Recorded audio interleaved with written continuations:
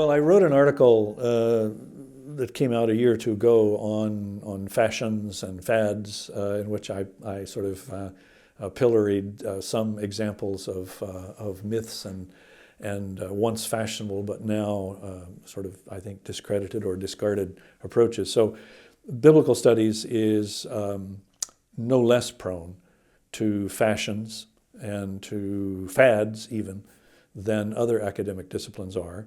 You have a finite body of text, even if you incorporate all of Second Temple literature and all of early Christian literature of the first 2 or 3 centuries.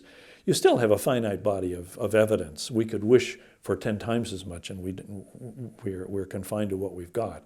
So with such a finite body of text that has been worked over very largely over many, many years, there's always the challenge of trying to come up with some new question or new approach that somebody hasn't tried out before. And that's fine. Occasionally these things catch on, and other people say, oh, I'm going to do something similar, and you have a fashion that develops. I itemize some of these. I mean, for example, when I was a younger scholar in the 70s, one of the things that came along was structuralist exegesis. You hardly hear much about that anymore. But it was there for about a 5 or 10-year period, it seemed. It was all the rage of people trying to do it. And I remember trying to figure out what the devil these people were on about, and I was never quite sure. It struck me that you would have to do a degree in structuralism in order to understand structuralist exegesis, and I didn't have time to retrain at that point. I suppose that one of the things that I would point to is, and I think it's changing, but there has been a tendency in some quarters to over milk, you might say, and oversimplify the process of what is often referred to as intertextuality. The slightest hint of a word or a phrase or even a concept, not even tied to words, in one text can be taken as evidence that of the influence of another text. That may be the case. It may be the case, but I don't think it's as self-evident as some people think it is. And so I would plead that we at least need some kind of verbal clues that telltales, you might say, that indicate that another text is being drawn upon or appropriated. And even where it's being drawn upon and appropriated, I'm not sure that people allow adequately for the creativity of the person who's using the text in some kind of way, whether from memory or from sight.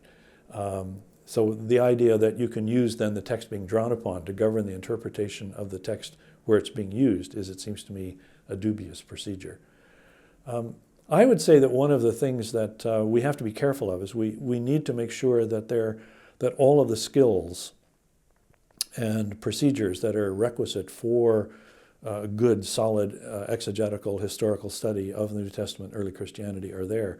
So one of the things, for example, that I've been very concerned about is the possible disappearance of sufficient expertise in paleography, in the study of early Christian manuscripts. I hope that is rectifying itself now. Some years back in the 70s, my doctoral supervisor, Eldon Epp, wrote a very famous article called Requiem for a Discipline, in which he expressed the fear that New Testament textual criticism was about to die in North America, about 1977 or so. And at that point, it looked like it was.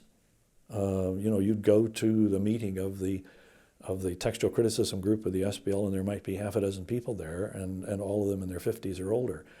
Nowadays, of course, for whatever reason, that has turned completely around, and there's a whole new generation of scholars, young scholars, over the last several decades who've been making really notable, fresh contributions to text critical studies of various kinds. So that's back in robust health again.